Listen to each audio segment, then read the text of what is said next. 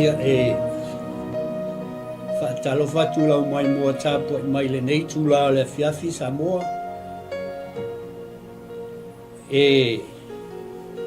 O le a ia lo leo whai fo I masui o le laulau nei a wale su o le sunga I apostolo ia po le fianga fo I a misa. Le ngatai lea o le whaatonu o lo ngalue mai pēr a wale wha le leina o le pokalame ia la leo I lunga fo I le ea.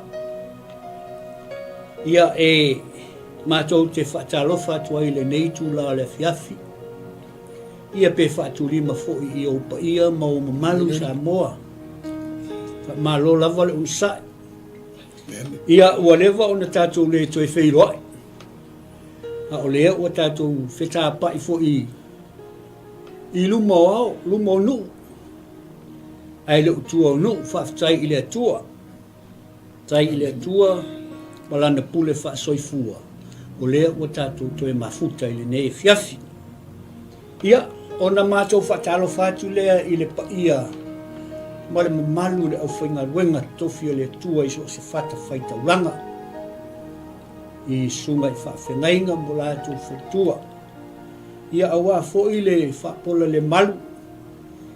A wale, se manu fo I mo Samoa a wā tae au, e mai se fo I te tonu o le nei atu nuku o lo tātou. Ola ma soifu ai. Ia, whaatalo whatu fo I le paia, tupu mta mali I o si o tātou atu nuku. O whale polu fo I o tō whinga. Ia, o tula toa, o le au fua noa, e mai se le malosi o le nuku. Le whaangaloina o tātou tua āsina sina. Lo whaia pēr le whaiva o tāpua inga I le aso. Ia, ma le aso, ia o alo whaiva fo I Samoa. I tiu te whai, mai se lo ngā lulue, a wale tau singa o tātou ainga. Ia, mai se fo I le whanau ia o onga, ua toi fo I atu ia o onga, mā lo le unsai. Mā lo le soifua maua ma le langi mā. Ia, o nisi fo I o tātou polkalame, pa anga masani o tātou polkalame, ia o leo toi amata tātou polkalame nei tau sanga o le Laoai A Le Tupu. E ala atu lea I lunga o penga te whailangi, ala leo a le Global Kingdom. Ia a wā fo I le whasoina o le fionga le tua. A wā le tātou savalinga le nei tau sanga. Pa anga masani o se uso, o se tuafine, o se tamā, o se tina, ia po whea lava e maua mai e nei polkalame. Mā tau te whawhela, ia te oe, I le suafa manu malo Jesu Keriso. Pa ia mau whaingata Samoa, ia o le ata o toia. Ia I se whaamitalanga I se, ia o na whaifu I lea malape o le tātou mawhtanga. Ai tātou sauni, ia o le a tātou walo atu tātou polkalame.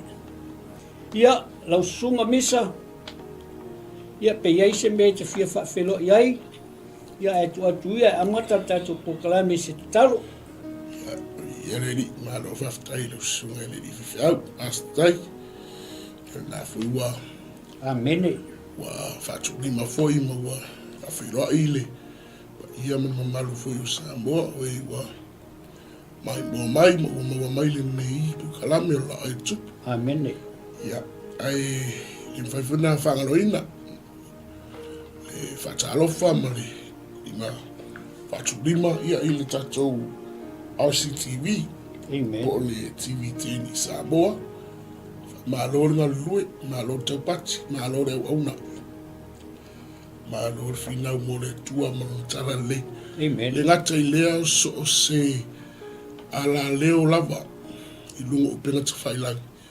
O lo alangai nai le tala leo mā lo le tua. Mani. Whaatalo whatu, mā lo le tau, mā lo toa. Ia le li. Amen. Loa le lau. Amen. Talo e amata I le tatou pukalame o Laoai A Le Tupu ni fiafi. Ia, tatou amata le talo whawhitai ma vi o Jesu Keriso, mātou whapea atu, awale tamai. O e lava o le atua malosi, o le atua mamana, o le atua na e whaia mea umalava, na e whaia le tangata, o le tua fofo, le tua fofo. O le tua le taimi, o le tua le aso, le tua le avanoa. Matu whaftai ta mā. I lau riba te ina o le matu wholaunga, le ua matu iai li. Asina luna lua nei tausanga. Whaftai lau alofa, whaftai lau whamaoni a te matu. Whaftai avanoa le lei, matu te whaalongo i pēa. Matu te whaasoa i pēa matau alangaina. Tala lei o lo malo ta ma i ai Yesu Kiriso e whaavau. Matu talo la amataina nei po kalame o Laoai A Le Tupu. Ia anganga pa ia oe la wara matu fisosoani sini. Amen. Fio mai, fisosoani mai. E te whaamala malama, e te whaamatala loto ia te mātou o fionga pa ia.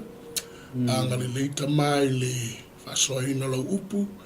Anga le fo i wai lava se nganga o lo o pēnao na mai mua mai. Ma wale ne ava noi whaalongolongo e lo fiong pa ia. Ngā lue atu le mana lo ngā pa ia. I o lato loto.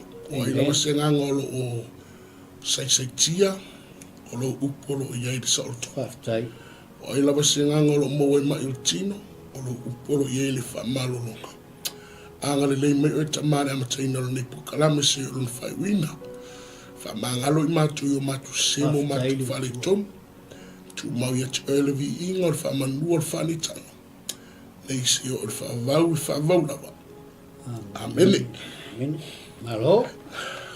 Malo i lau sunga i le apostolo. O wa fo tala sanga molia i molita. I aile pol kalame i luma o le tua. Whangia fo i le ngang pa ia e sosoani mai i o tātou manatu. Ia male tātou whaasoa. Au mai lon file mo. Malo lawa le. Ai o te manatu. O le atu wa duia lau sunga. Iareri. Ia matamai tātou pol kalame. Praise the Lord. Amene. Ia, o le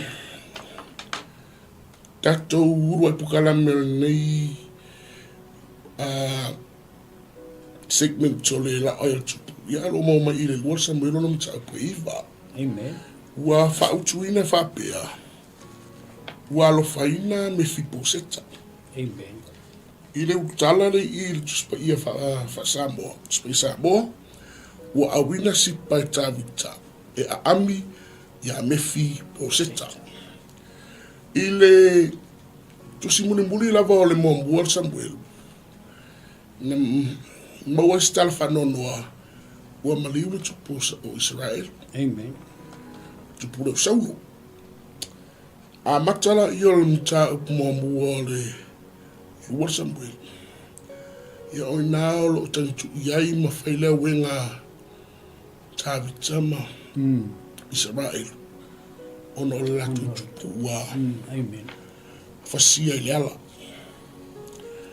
Ia ele mta upu e lua o le tusi lava lea i le Lua Samuel. Na whauina i lola i o le tamare o tāwita. Amen. E avea matupu o 𝚟𝚑𝚘. Saita. Ele mta upu e tō. O nalo i ele mission mua. O le mission mua na atawita. That was his first action. Tapetu. O le te ami mai le o le atola au. Yeah. Tapetu. Pa ami le atola au. Te o mai le atola au tonu Yerusalema. Ile mata upu e lima. Avea lo tāwita e whai matupu Israel. Pa tō alawa. Ieleli. Amen. Sorry. O le mata upu e lima lena avea ia tāwita e whai matupu Israel. Au le action mo ambua le tamata nove matupu Israel. O le te ami me atola au i ni ta upu le ono. Yeah. Ta upu e fitu alangaina ne manu malo. O tāwita iona fili, tua oi Filistia. Filistia. Ai peila i le mta upule e vat. Nei i le manumalo. Mta upu fitu olo o tala noa i le whenga ngā le atua ma tāwita. Amen. I whātu mawina lo malo. Yeah. Mta upu e valu, manumalo ina mai e 𝚘𝚙𝚢 ia le taua inu tua oi pe me Filistia me sinu. Ai o malo inu ta upo iwa o ila pina vasai e lola ia. Ma pe e mapu mai le tupu wa ile ke le yo o nga yo inga ia na ui mai e 𝚘𝚙𝚢 inu ave matupu. Amen. Ma liu saulu ave matupu o 𝚟𝚑𝚍 ave matupu Israel. A fo i mai le atula au o si fe inga ma le tua anu malo inu tua oi an ta upure iwa. Mapu lo malo lo tupu. Amen. A ene mana ia le inu ta upo iwa. O inu ta upo iwa. Na fesilie lola ia tupu sambe o tupu 𝚘𝚙𝚢. O iai e se tasi o totoe o le ai ngō saulu. Le ofisidi. Ea, e fasi, e angaleanga, whaamatia, whaatafonaina. Le ai, ia o alofa ia te ia. O iai e se tasi o le ai ngō saulu. O totoe. Se ia o alofa. Amen. O lea la ua mapu mai lole toi ina, fe siri do. E se sira ai ngō saulu. Foi mombuanga ele lima. Na fe siri ia il tamalo 𝚘𝚙𝚢. Ai fai mai le tasia o na mai. Tangata no ia sipa. Ia. O lo iai. Yes. E iai tangata. E iai suli. O le tupule o saulu. O lo tstoi. Ia reri. Amen. O le atali i o tangata o Jonathan. Ia. A Jonathan o le wo mamai o 𝚘𝚙𝚢. Amen. Ia reri. Amen. Fai mai rola i o tupu. A amir tamana. Ia. A amir tamana e sa. Praise the Lord. Amen. Fai mai le tala. O le kama leo. O lo ieri tame biliona vai. Amen. Ai e ieri mele tula i mai. O le tama. O lo oile a ingo makiro. A o lo oile loto para. A ingo makiro. Loto para. Mombuare ngai lima. Fesili 𝚘𝚙𝚢 o iai se tasi o toe la ingo so. Saula i o lau onei ngea sipa. E iai. O le tama pili. Ia. A o lo oile a ingo makiro. I nai loto para. Ia. Mai la ia fai upe lima. Au mai le tamana. Fe au le tamana. Amen. A le wai loe 𝚘𝚙𝚢 o whaalongo 𝚘𝚙𝚢. O le tama fmei bipili. Amen. Ai se o te fo iai le amatanga la wala ta. O iai se tasi o te toe se olo fo iai. Ia. Walo faina me fipo seta e 𝚘𝚙𝚢. Mafua e sea. Amen. Ona o le malo si anga. O le whengainga. Praise God. Ia leli. Amen. Le ua pale mai 𝚘𝚙𝚢 e vea matupu. Ia. E le ngata sa ave matupu o 𝚟𝚑𝚢. Le ua ave matupu o Israel. O le ua mapu mai le na ambi ai le whatawhaitaulanga. Amen. Le na ambi ai whatawhaitaulanga si toi au mai tonoli. Ia. O le malo i Jerusalem. Whai mai lo matuinga. O Yesu tasi o toi. Ia. O le malo si anga. O le whiangai. Praise God. Praise the Lord. Amen. E whai no whape atu. E tofu uma i tātou ma whiangai. Amen. E iailo whiangai. E iailo whiangai. E iailo whiangai sunga whiauni. E iailo tātou whiangai. Whiangai o sia. Amen. I le lua Samuelu. I le mua Samuelu ala mta upo supa. O i o lo ta oto ma iaile whiangai le ata. Ma Jonathan. Amen. ke le alu a ko kala langa fa sinte le tala au I le no sirfe nga Jonathan David fa mai ya Jonathan ya David tau mai ina wa lofa o ya te ia a wa lofa ya te ia peilo na lofa ya te ia amen Hallelujah. amen Ai ina mata pula va le fai ngwan mata pula le fa mai ua fa songi ila ua ma fitangis wo o ina fa sili lo tanta ia yai Yehova ile va wa ma oi amen ile mo le los fu me lo tala e Jonathan aluia malmanuia awa e tauto taua mau ile swafa o Yehova amen ia yai Yehova ile va wa ma oi ile va fu yo lau fana mala fana amen e fa va amen amen e te lo so se sia e se asia e mo wa tu ngata fa pea e fa ia ina lo ma ua no fo mai le tulanga mo wa lunga se asia mana tua ia tu ngatala ma fea ngai ngau sia I te mi wa fano amen se asia ai e se fo ia le sona le au mai David ia te tatu amen fata wa ina o fea ngai yeah e iai le malusi anga o fea ngai te maua I le lua sa mweluna along ta apelus fu amen amen su valu malus fu o I le o si fea ngai tamai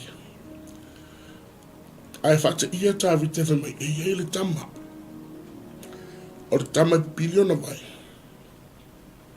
alo I oilo toi para I le ai ngō maki yeah I bili e lea mana I nisi e mawalalo e whaatau waa ai o le suli le o le tamalo o sa amen I ele amen a le ale me ua te tau napa ia tawita I se suli o la ingo suli amen na fua mai tu ngata la ma fenga inga no sia ma tu ngata le nei Jonathan amen o mai lo fenga inga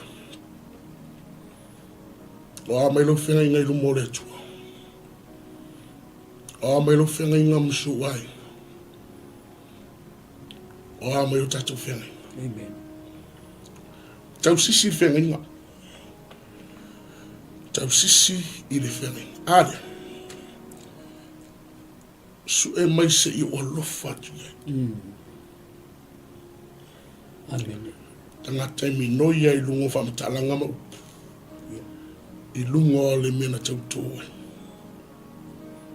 Iale amen ai fe mayor tama o le I makiro atala noa I le aingo makiro e tala noa I le anga sala makiro e tala noa I le anga sala e tala noa I le fanua na whaatau le anga sala ai atala noa I aloto para le nga iai I le tama leo o mifposita e tala noa I le fanua ua le eise manuia o le fanua ua whaumatia ua whaatafu na ina o I le iai I le tangata leo mifposita o lo iau mau I le fanua le eise whaamoemoe o le tangata maua lalo o le tangata I le mau oa I le mau mea ai o lo ia poloka ma o lo ia whaumua I le whanua e le eise whaamoemoe Praise the Lord. amen A tala fifia le awa mana ia o e mifposita ele tua amen mafuasia marsi anga o le whenga. Amen. Le sungare. Amen. Li ia le li. O li atu le whaftai lau sunga i le apostolo, i le amataina fo i o le sosoane ia po le mata upu fo i. Ia awala whafonganga sa mua, ta ua ia. Ia ona o le savolinga lava, le o se e lava lo tatou sa, le o fepuali. Ia, ai tatou avanoa ta ua, so se tausang fau lava o se avanoa. Mwhai o le whaapea so se tausang fau lava e fau o se avanoa lea tatou toi titilo ai. Titilo ia, titilo i mata upu ia. E winga i le whengainga. Ai po se whengainga fo i na o sia i lumo le atua. Amen. Langa esel maanga i ole. Esel maanga i ole whaitau lea. Koe fu ia ni melenga a makai lau sunga i toi. O i le. Apostol. O le fisili lenga whai e ta vita. O le fisili lenga whai e ta vita. Mana tua o le taimile o woki a Jonathan. Woki o ngakam. O maliu fu i Jonathan. Ai e maliu po woki o Jonathan. Ua o ngā assurance e o ngā kanga lo ngā lofa i a tawita. Ua i loa tawita, le moi o le la whengainga mai o ngā kanga. Awa, ngā kūrawa i o ngā kanga ma awelonga ofutala loa i a tawita. O le ofutala loa, ko le o ngā kanga o le kari o le kupu. Mua, o le ofutino, longa lua, o le peru, longa kolu. O mea umai ang ave ia ai. Ia ka vika. A le alo ali i le. A le alo ali i le. Tatou wa ai ai fo i le whengainga le nga whai le tāua. I le mongi o le whengainga e pei o na whai e tā vita mai o nā tana. O i le ua whaailoa i o nā tana i a tā vita. Le mongi o le tāua o le whengainga le anga la whai. Ai sea, langa e pei o se ata, pei o se ata o se mea. O wa e fōlinga mai, o le ua ave e o nā tana i a tā vita langa right. Longa right langa i a te tau. O i o ngā kanga kaunga so, masau. Amene, ai sea, awa fo i o le ata ni i lea o sau. Ai ua lava le mea le nga whai e o ngā kanga. E ku aku i o le whinga ngalo o tā vita. O mari e le whinga ngalo ka vika. Ai sea. Langa laua fōa i atu le right o le next to the front. Amene. E ka kaunga kūrai. Kusa leo wanga fōa i o ngā kanga maa vea langa i a right. Why? O le whengainga leng whai e makua mua i lava masao. Ai sea. Langa o le grace. Yes. O le mercy. O le alofa muti vale o le tua. Amene. O le kāua la i o le fesili. Leana e saungo ai. Lau sunga le apostolo. O le fesili leanga fesili e tā vita.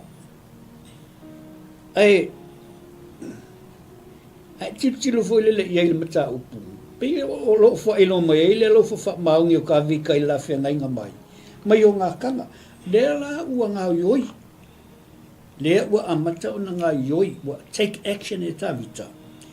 Le mea ngā kupu i le la whengainga. Lea la o ngā ioi ka vika o fisili. Fa mai e iai e se si o le ainga. O le mea mongia e le iloa ka vika. E le iloa e tā vita. O lai e kanga ko le ainga o sauro le koi. Ai, o le tangata fo. O le haka li o ngā kanga. E, la fo i tau e le atua, le alofa o ka vika. O la e tau e le atua fo ele mukua ave ale alofa o ka vika ia saulo mai o ngā kanga. Ai va e tangata le la mai. O le akari o ngā kanga. Mantua mai, o le vanga o ki o ngā kanga. Awa uma o ngā whailoa i o ngā kanga le mo i o langa whengainga. Ma ka vika i le avenga o longa ofu tala roa. Avenga o longa ofu tino, o lana ufanga, o langa pelu, nga ave uma i a tawita. Ai sea, it's a shadow voi le e ka umai ai. E kupu next ka vika. Le ala ua umunga whaatino le part ai o ngā kanga. Ua umatu. A le kula e mai lo tawita i. Le ala ua action fo i le part ta tawita i. Amini. Le ala ua action. Le an me kei loa. E eise sio la ingo. Oi fo io. E eise sio la ingo o saulo. O totoe. A wha mai sipa. Pe ona e sa ngua pasta. I le iai. Ai amai. Fa me ka vika. Oi amai. Le ala ua wha kingo.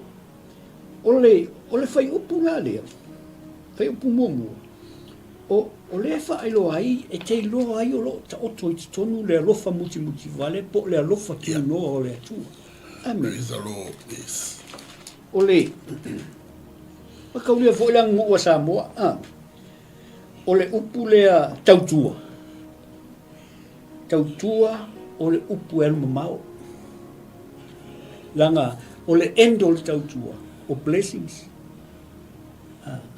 Whamanyanga. Ai o le tautua lea, o le service. Amen. O le kāua ia langa e loloto, e iei le winga. O le a. O le ana lea e le mawhai ei kanga ka umanga kua. Not everyone e tautua. O isi e le fia kau kua. Ai o saulo. Po o ia la vorkupu. He has to fulfill langa part o le whengainga. I ka vika. E ka kau o na whaatau nuu mo whaatino langa piko o le la whengainga po le la covenant mai. Yes. Mai o ngā kanga. Makaulia la o le tautua le kau le wa maka. O lo o iai ia. O lo o iai ia au whaamanianga. They are the roots of blessings i le kaukua le. Amen. Mana tua fo'i e kāua i o le melia. Ele i whaia mo lona manuia. Ele i whaia mo le manuia o tawita. Lan me la whaia mo le manuia o kawika o i o le kupu. O lo o iai mea uma. Ai mo le manuia o le tasi tangata. Tā ua i o lo kako au nganga fo'i le ia manuia i se tasi tangata. Langa o kako. E whai ar kangaka ia. E le mawhauwhau i resi tangata. Amen. E le i whai ala mai ka vika mo ia. Anga whai mo resi tangata. O le manga o ka vika le ia e whamanguia i se isi o le aingo sauro. O koe onga o le la whengainga mai. Mai o ngā kanga. O le mangingo ia. Amen. O le mangingo ia. I le sfuru walu le antala noa whai whiau. Ia le apostolo. O le kolu malwha, sfuru walu mo mole Samuel sfuru walu. E iai le wha mau wha ilonga, e iai le sio, ngā whai e iona tana i. O le ale sio. O le sio lea la whiangainga le ngā whai. Lea mo wha matala atu o le amata. O le ofu tala loa.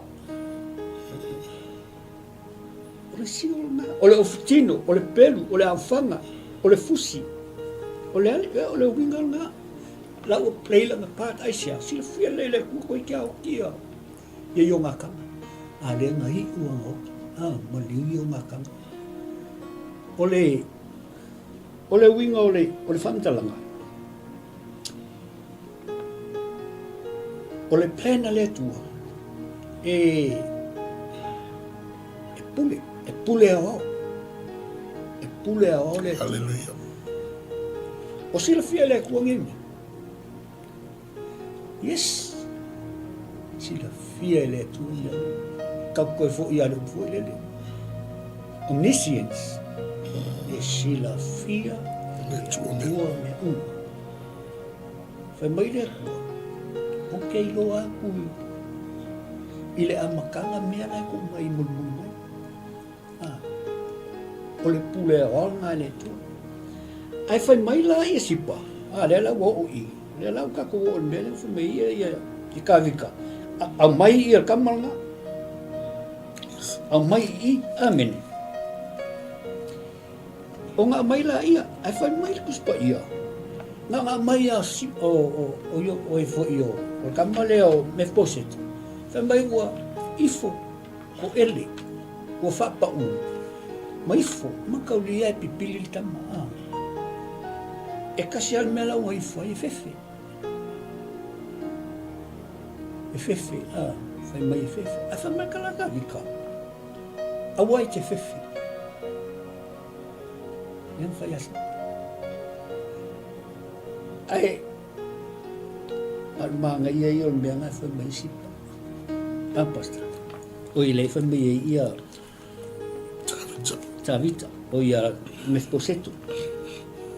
Whai upula e kolu lang whai mai sipa lei ai, o ngā mai lola ia. A whai mai ka vika. O ngā o leanga le lei o le atua. E le whai ai ka vika ngai mea. Laua wha upenga i le atua 𝚟𝚑𝚑𝚗𝚒 i mea, umangei o ngā whea ngai. Ave i ai leanga le lei, o wha upenga i le atua 𝚟𝚑𝚑𝚗. O le trust fo i ngā lai a 𝚟𝚑𝚑𝚗 o le atua. Mai le tua. Paulo le tangata e tusa. Fa mai e tusa ma ua. E leo tala noa le tua e le malosi mal pawa. O le tala noa le tua. E fie ka vika e fai i mea e fina ngalo i ai. Hallelujah. Le tua. Ala le fai ka vika i. Le ufa i 𝚟𝚑𝚑𝚗. I la mela koe pule ka vika la uku. Ai o le whea ngainga pe o masau ngole te apusto e malo si whea ngainga. Whea ngainga le oki. Ai whai mai o Yehova i le la. I le la wā. Amen. Praise the Lord. O le. Praise God. O le anga le leila. O le fasili. O le ale winga. O le anga le leilea po le. Po le anga le lei o le atu. O le ale winga le kindness. Le tala noa i le mena. O le kala mo le anga le lei. O ka vika i ai. 𝚘𝚑𝚑𝚗𝚒. Ka mai, o le anga le leile o le atua, e winga ese. E mkua winga ese le anga le leile o le atua. O le anga le leile o le atua, e tūlanga ese. O le anga le leile o le atua, o le anga le leile le masani e tatou. E le masani e tatou, e le common i laulangi ne. E o le anga le lei fo i leo le atua, e o fongia, e o fo i mea whai 𝚟𝚑𝚑𝚗. E o fo ka ngaka lei au ka fo le surrounding o 𝚟𝚑𝚑𝚗. I le fesili o ka vika le mele alanga, ka mwhai sauro e fasioki. But, o le anga le lei le lewa kua le kua ia ka vika. E alofa i a 𝚘𝚑𝚑𝚗𝚑.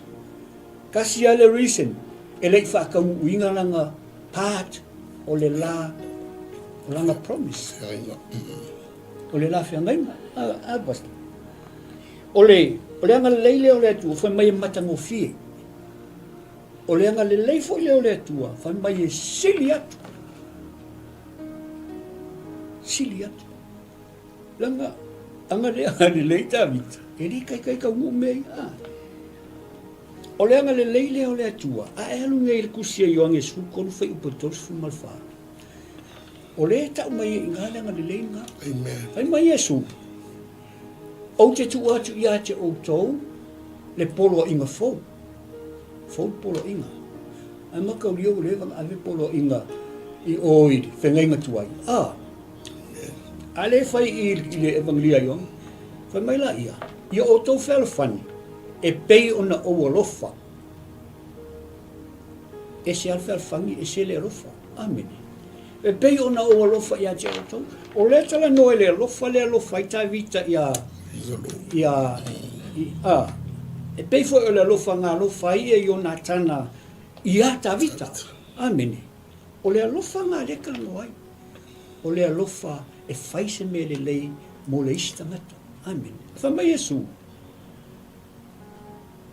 Ei loa ai o koe ka ngaka o so o tau. Pe a o tau whealo whani. O le ka ua le kaiminga whai e Yesu le mea le. O le taimi. O le tā ua ia o le whekalainga le Yesu. Ona o le taimi, because of the time na whai e Yesu. E whape ngā fo i ia ta vita. O le taimi. La le winga taimi. La wasa ungi Yesu e avelonga ola mo oe maa. O le winga na ngā. O le ala wasa ungi ta vita e whatau nuu. Whatau nuu le mele ngana promise a ia i o ngātani. Amen. Sa ungi Yesu e le ave au apostolo i whea. I lunga le satau. Yang sala. Ngā umale alofa lea le ua tupu i. Amen. O le mercy. O le alofa muti vale. O le e ka ua la le taimi le fo o whai e ta vita le mele. O ngā mai la i o me fposetu. Ai fa pa ula lo mai fo. Ai fa mai ka vika le au te fefe. Mo fo mai lunga. O ngā fa mai la i o le talanga e ele fai upunga ka ulingo mole. Basta. Ia. Le uli. O le mangai. O nai fore o ia ma fai mai. Ai e alo au nai no we si le sila i le uli mate. E pei o a umei. Amen. Uli mate. O lai tala noa, la sunga la apostol, o lai tala noa ia me poseto i le conditions ai ai. I o. O lai kala ngoa ia le conditions ai ai o. I o le melenga ai ai. O whele i o le melenga ai ai. O ngai. I mele o makiro i ngai Lotapara. Lotapara. O ngasa ai ai ia. O lai kala ngoa ia. Awa fo ia leise mele le inga e mea nganga ia. Ai u whaamala inga. Ai u whaamala inga. Ai lau whai mai ia le li leo me froseto. O hau pi o le uli. Ai whai mai ka wika. E leo le mea nganga o mai ai oi. O le mele kunkuli ako. O mumu le alofa fo le le e ke le mga oi. Avaku se mea, ai amai se mea. O le alofa le ta mai i. Ia e whaia se mea le lei mo se tasi tangata e le ai se tau. Amen. Basta. Praise God. Malo vaso arusu. So fiat. E le mawhai ona tala no ina mta upu lei. E au noa mre mena tupul tuana. Amen. I le mo mbuar Samuel. Ia. Ia. Su valu lo sfulu. Ia. Lo sfulu por fa. Mana ia vangale nei ta uane na e peo se fe au fa valo anga. Ia. Le na faia, le ngai o inga na faia tangata ni o Jonathan. O to e se na tiu ngā whaalo ni. Ia. Ai fōha i atu ile, ila na ua mamaya, ta mau ta awita. Amen. Amen.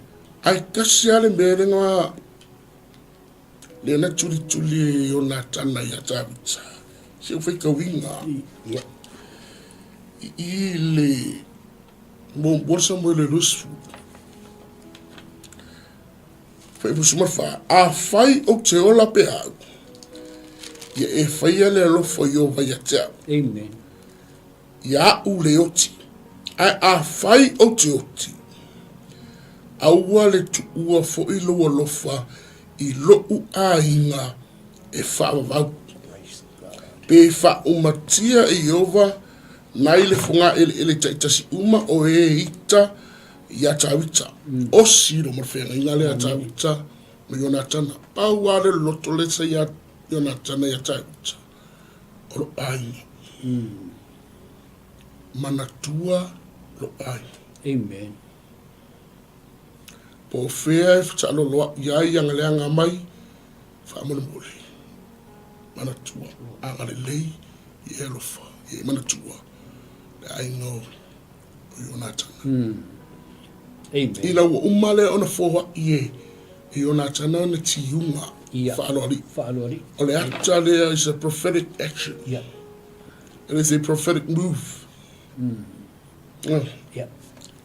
A ea tatu toi lea na whai tau tō ai ma ua o sia la whengai. Au I foi ia I le mua la wale sa muelu ala mta au poe nusu mawha. Le na maua I ta vita saulo. Amen. Yeah. Whatala le foi saulo ai maua ta vita. O le upu tu sa ola vai ia sa ta taulo I o na whano I le tupu Israel o saulo. Amen. Ia ta vita. Ai I foi tatu te loa le tu ai ngā tangata le iei ta vita. Le tu ai ngā wō le iei ta vita ia Jonathan. Amen. Le tu ai ngā tamatau si whea ngainga. Le tu ai ngā tangata e le ngā upu matala. Amen. Tangata e muri tai whamatalanga. Le foi e foi upu whamaro anga le whaprefutanga. Le na whai le tangata le usaulo ia tawita I le mua morsa mo I le nusu mawha. O le nei, upu ia sau, o le nei whauta, ua owi loa e whai lava oi matupu. O upu ia le tupu lea e kuri loa ia tawita. E whatu mauina le malo Israelu ia te oi. Wai leo na upu ia, it's a prophetic word. Amen. O saulo ia tawita. Ai mankua, o le kuni e saulo kawi. Yeah.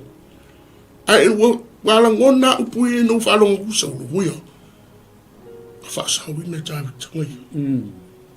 Koi kiki a whanu. Yeah. Whai mai loman mana o ngā lea wale a saulo. O lene, I e tau tō mai tawita ia tia. I ai o wa. E te le wha umala whanau. Pe a mawai atua. E a inga le leia ma le whamatalanga le ana whai e Jonathan ai luma ele. Ma e le tinei lo ingoa I le a inga o lo tama. Ai wha umala tau puru suma whaawe mai. Ua tau tō tawita ia saulo. O si whea ngainga ma Jonathan. Tau tō ia saulo. O lea lava. Oi upu ental noi. E whai ia oi matupu. I alanga o te kam o koe inga wa o sofa I e ngangalanga. Amen. Whakamala futu ingo sau. Yeah.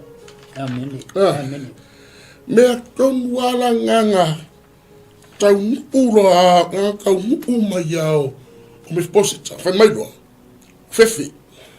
E whai mai tawita au wete fefe. Amen. Wala ngona I wang, le oi mahu fau o me posita. O le mea mo ia I o kaurong ki ngai a wha mama e se le a ingo saulo. Amen. I le manatu whatangata. Yeah. Ai sea, se o susu ka isu tawita. I le toa whamarua matua o no tangata neuso. O le mea mo ia I o tau wha mama. Yeah. Suli ma feoi saulo wha mama e se. Ai whai mai tawita, au wete whawhi, au wā o te anga le leia te oi. Amen. Ona o Jonatana lo tama. Amen. Anga whapeo tātou le se e se wau tawita. Yeah. O le ase tātou ngai uinga. Tātou te tau I atu, tātou te whaali le alofa, me tātou te whaali le tinga. Amen. Ai mana ia I o le ngai uinga le tawita. Amen. Ona o te alofa maua leia te oi. Ona o saulo. Ona o Jonatana. Rautan ma. Ai muri mai mai. O te toi tua tu lava ia te oi le whanua uma. Amen. A saulo. O mea ko kingo uma ma me pa kingo. I le tauta mau saulo. E toi foi matu ia te oi. Praise the Lord. Everything is being restored. Yeah. What you restore, me umale manuia sa ya saulu. O le sanga le anga ya tawita. What you restore ilana grandson. Suli mafeo. Tamale mfposita. Amen. Kwa ku umma meo. Ke ilo ma. Ke ilo mfposita. Langa manatu me posita. O le ala fa uma. La kini e sia me kau. Toto ai e pakino e tau ya sau. Amen. Ala me no fai no ele ngata o te angale le. Ai o te fa popo, o te fa wa to restore. Yeah. Whatever you have lost, Amen. it's going to be restored. Amen. Praise the Lord. Amen. Tele tātou wa tele me urusi. Ngā ui e re fili i a whamuyanga. Tino ai alenga. Amen. Au tala whiwhi. Tamalea. Nanga re sau kamalea malonga. O i o tangata maolalo. E nofo i le whanua o whaatafona ina o malaya. E pili. E mawalalo. E whaatau waa. Au whake ia tamale o mai. E whamea au te angale lei. Ma tue whaafo ia tumanu. Amen. Ia, leanga. Whamea sko inga ia. Skamaa. O ia uri. Of course, he's unworthy. Or langona tama, he's not worthy to be here in the presence of the King. Hallelujah. Amen. E le aisona le tauna no foi. Yeah. A te fo ia tala nene e me tauna no fa. O le mercy and grace. Me atavita. E muli fo ia tau. E lofa. Malanga le. Amen. E do ata wa ai ai. Fatonu loa e. Papa putal. Fatonu ina loa tavita ia le isipa. Yeah. Sipa le au na saulu. Yeah. O lau kau kuanga whai ka maa ire tamaa lea. O le ala aifo umar kau kuanga ia me posi. Amen. Amen. O oe, o au whanau, o lau whanau, o au auna, lea, tau tua tamaa lea. O mea mana lusi le tamaa lea, il a inga lea. E ifo fui ni ula palapa. Amen. Me posi ta. Di ia leri. Everything is being restored. You may have lost something. I tell you, Lord, now let two and friend to restore you. No me will you. Amen. Me will fight my tear feet. Amen. Me will now hear feet. Yeah, it's if I foot in my electro. Amen. O le mausi anga o le whenga inga. Maratangata e tausi i ana upu. Maratangata e atangia mai ailea. Le atale o Yesu o le lofa. Le atangia mai i atavita. Praise the Lord. Amen. Amen. Koe whafoi uma mea uma. Everything. Yeah, everything i te whafoi uma. O le whaiwane na whai sipa i asau. Le la whai tamarea. Yeah. Amen. Pa, o le manatu, o le mawhau le sipa. O hao e le kaunga i. Le ai se sitiseni i 𝚟𝚑𝚍. E lata so na mawhau. E ngofo i au ka whatupu. E whapsangai matupu. Amen. Le ai se tangata i tau so na mawhawapia. O le mewha ngā le whate ia with posita. Ona ole iai o posita I moto tu. Ele ole iai whasala. Yeah. Hallelujah. Ele o alu tamale ale whasala. Ole alu tamale alu se ia. Se iona tofo mai ia mori mawina. Le lofa o le tua. Le anga le leo tavita. Amen. Ia te ia. Amen. Ma fuesea. O whenga inga. Amen. O le tama tausi whenga inga. A vea I tātou man tangata tausi whenga inga. Amen. A vea I tātou man tangata e whaamahoni o tātou whenga inga ma tautunga. Amen. A ole mea mana ia lawara ia I lau whaitau ai le wha umai mta a pūrea. Whai mai rola ia mare le wha pēr mai. Ole mea mana ia rea.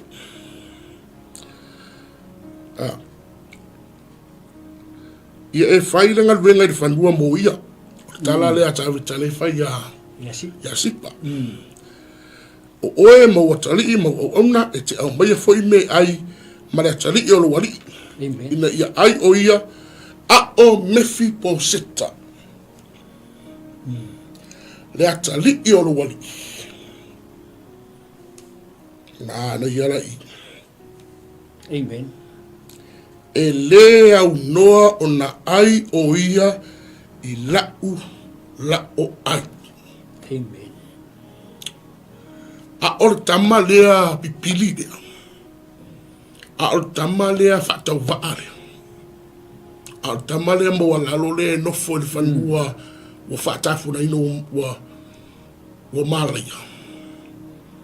E nofo i e sau mai i le melena lea ai leo rea ngasala. Amen. E le ngate whafoi ma mea uma. Ai na te nofo i o ta whala ai. Amen. Na te wangaia le Laoai A Le Tupu. Amen. Praise the Lord. Our city, on a sele leo o me fosita. What does he really deserve this? What he has done to deserve this? Amen. Hallelujah. Amen. O le a sele leo me fosita. Kama pipili ngofo de ai.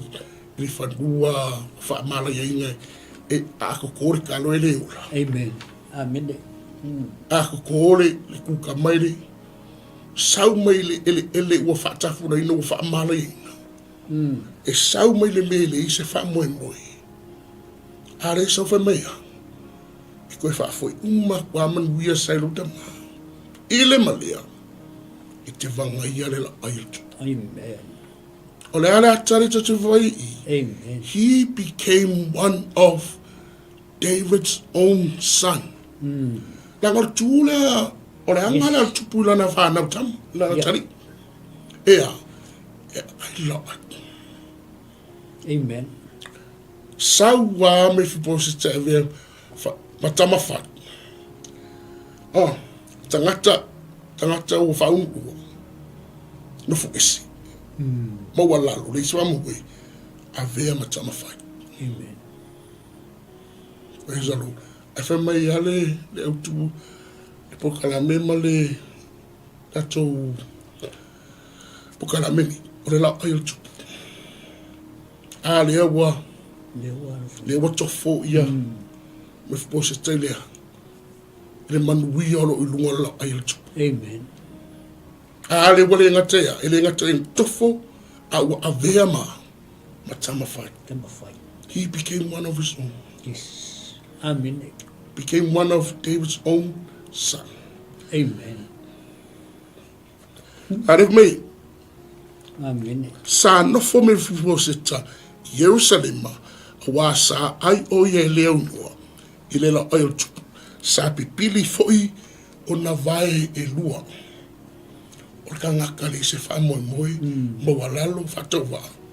E mea, nga maliwa tamale ile, Jerusalema, i le maota tupu, wanga ia Laoai A Le Tupu. Amen. Amen. Ia leli. Amen. Aref mei, e ai me pose te leo noa i Laoai, pei o so le whanau A Le Tupu. Amen. Ia leli. Amen. Te wha uma ko wha pea a, nga wakura i ela sunga aru. E pe o so le whanau A Le Tupu. O me fpose ta e whaino wha pea atu, o le ata le o tatu. Amen.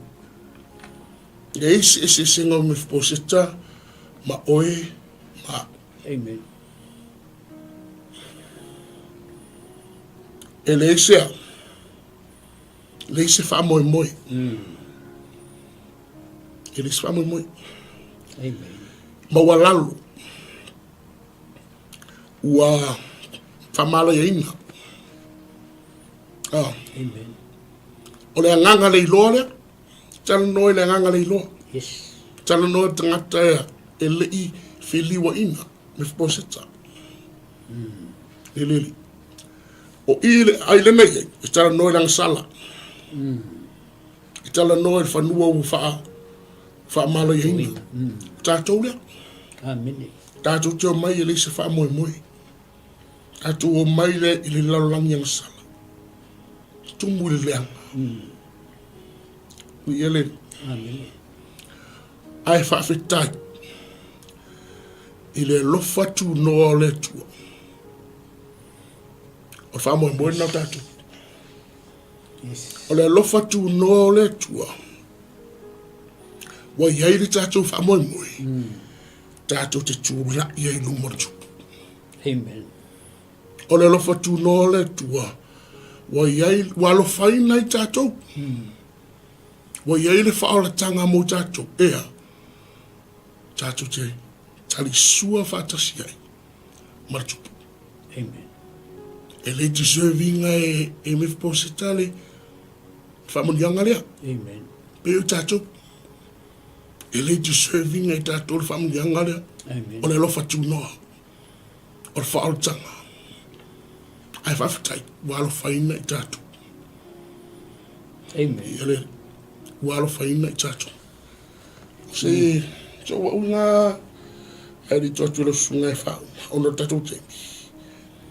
O tātou wala. Le se wha moe moe. Mo lalo. Ai whawhitai le lofa tu noa. Le wā anga wa ai tātou ea. Tātou te tari sua maratupu longa Laoai. Beautiful. I ele. Whamatala tupu. A o oe. A singoli mo tupu. Kau ia nei nofo lalo lai fefi. Ai whate ia. Whai mai tupu. A o oe. Tate a ai whatasi māu. I lau ai e E lea no.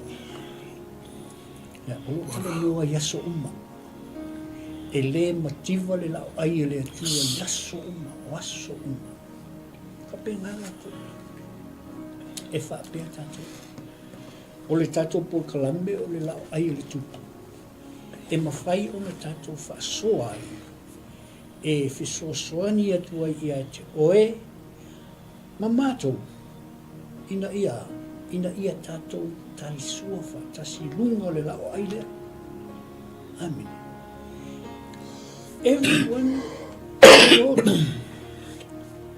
o lai manga o le atua tātou te tari sua. Tātou umalawa sa i whafo male. Mal maro lea. O lea o tātou talia Yesu, waka koi kong. Langa lewa avea me fiposito. Ma tama whai. Ma tama whai ale wa ai mai tupu lunga lau ale tupu. I aso o mai lea ungo. O le whaatinonga lea e tawita. O lea o whaatino le lea ia i le promise ia i o nā tanga. Everything e whaamaunia e le alofa o le tua. O mea umaia, e le te i te tupu. Koe restore uma mea uma. Koe restore uma mea uma. Invite le Laoai.